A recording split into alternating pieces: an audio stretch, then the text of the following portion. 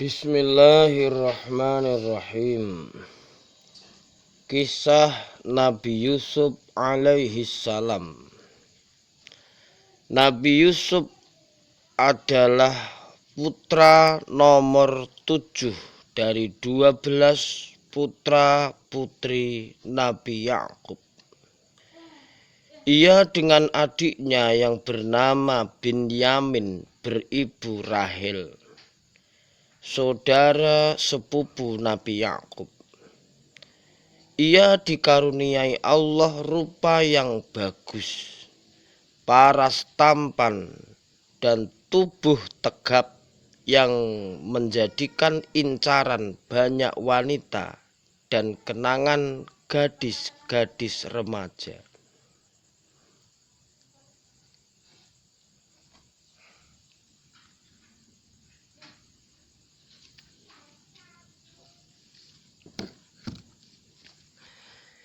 Ia anak yang dimanja oleh ayahnya, lebih disayang dan dicintai dibanding saudara-saudaranya yang lain, terutama setelah ditinggal wafat oleh ibu kandungnya Rahil semasa ia masih berusia 12 tahun.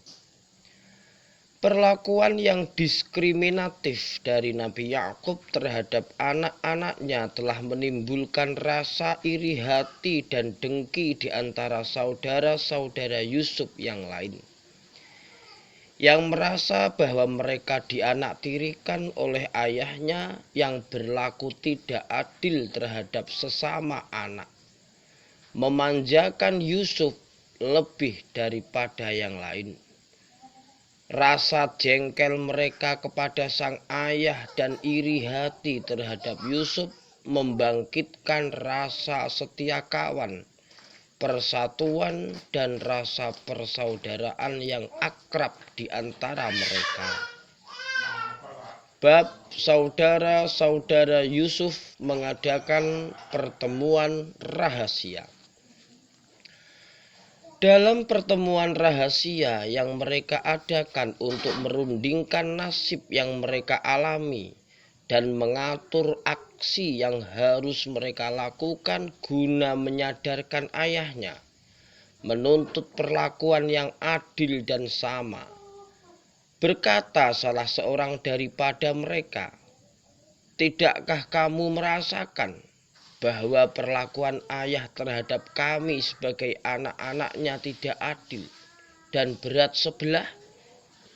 Ia memanjakan Yusuf dan mencintai serta menyayanginya lebih daripada kita, seolah-olah Yusuf dan Binyamin sajalah anak-anak kandungnya dan kami anak-anak tirinya. Padahal kami adalah lebih tua dan lebih cakap daripada Yusuf dan kamilah yang selalu mendampingi ayah, mengurus segala keperluannya dan kebutuhan rumah tangganya. Kami merasa heran mengapa Yusuf dan Binyamin mendapat perlakuan istimewa dari ayah. Apakah karena ibunya yang lebih dekat kepada hati ayah ketimbang ibu kami? Jika memang itu alasannya, maka apakah salah kami bahwa kami lahir dari ibu yang menduduki tempat nomor 2 dalam hati ayah? Ataukah karena paras Yusuf yang lebih tampan dan lebih cakap daripada paras dan wajah kami yang memang sudah demikian diciptakan oleh Tuhan dan sekali-kali bukan kehendak atau hasil usaha kami?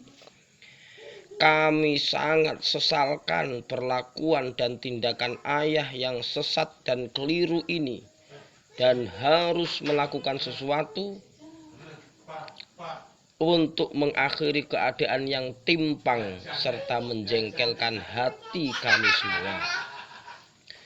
Seorang saudara yang lain berkata menyambung, soal cinta atau benci, simpati atau antipati adalah soal hati yang tumbuh laksana jari-jari kami. Tidak dapat ditanyakan mengapa yang satu lebih rendah dari yang lain dan mengapa ibu jari lebih besar dari jari kelingking. Yang kami sesalkan ialah bahwa ayah kami tidak dapat mengekang rasa cintanya yang berlebih-lebihan kepada Yusuf dan Binyamin, sehingga menyebabkannya berlaku tidak adil terhadap kami semua selaku sesama anak kandungnya. Keadaan yang timpang dalam hubungan kami dengan ayah tidak akan hilang jika penyebab utamanya tidak kami hilangkan. Dan sebagaimana kamu mengetahui bahwa penyebab utamanya dari keadaan yang menjengkelkan hati ini ialah adanya Yusuf di tengah-tengah kami. Dia adalah penghalang bagi kami untuk dapat menerobos ke dalam lubuk hati ayah kami, dan dia merupakan dinding tebal yang memisahkan kami dari ayah kami yang sangat kami cintai. Maka jalan satu-satunya untuk mengakhiri keadaan yang merisaukan kami ini ialah melenyapkannya dari tengah-tengah kami dan melemparkannya jauh-jauh dari pergaulan ayah dan keluarga kami. Kami harus membunuhnya dengan tangan kami sendiri, atau mengasingkannya ke suatu tempat di mana terdapat binatang-binatang buas yang akan melahapnya sebagai mangsa yang empuk dan lezat. Dan kami tidak perlu meragukan lagi bahwa bila Yusuf sudah lenyap dari mata dan pergaulan ayah, ia akan kembali menyintai dan menyayangi kami sebagai anak-anak yang patut mendapat perlakuan yang adil dan manis dari sang ayah.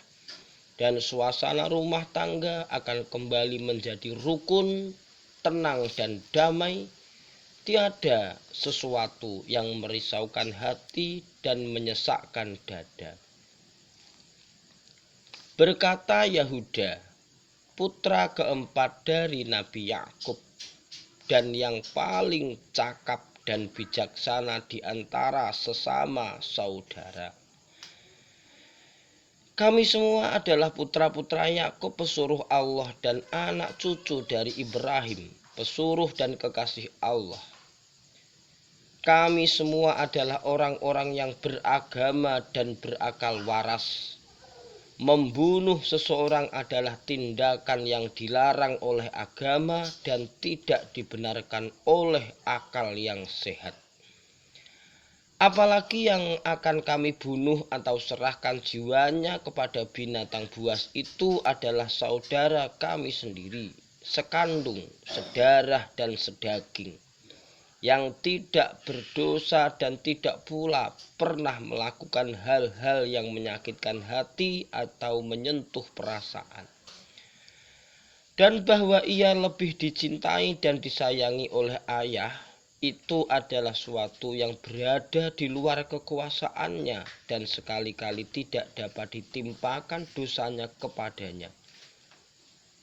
Maka menurut pikiran saya, kata Yahuda melanjutkan, jalan yang terbaik untuk melenyapkan Yusuf ialah melemparkannya ke dalam sebuah sumur yang kering yang terletak di sebuah persimpangan jalan, tempat kafilah-kafilah dan para musafir berhenti beristirahat, memberi makan dan minum kepada binatang-binatang kendaraannya.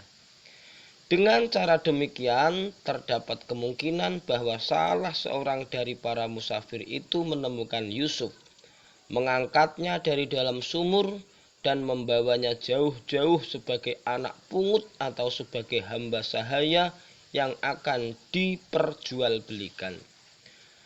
Dengan cara yang aku kemukakan ini, kami telah dapat mencapai tujuan kami, menyingkirkan Yusuf dari tengah-tengah pergaulan kami tanpa melakukan pembunuhan dan merenggut nyawa adik kami yang tidak berdosa. Pikiran dan usul rencana yang dikemukakan oleh Yahuda itu mendapat sambutan baik dan disetujui bulat oleh saudara-saudara yang lain dan akan dilaksanakannya pada waktu dan kesempatan yang tepat. Pertemuan rahasia bubar dengan janji dari masing-masing saudara yang hadir akan tutup mulut merahasiakan rencana jahat ini seketat-ketatnya agar tidak bocor dan tidak didengar oleh ayah mereka sebelum pelaksanaannya.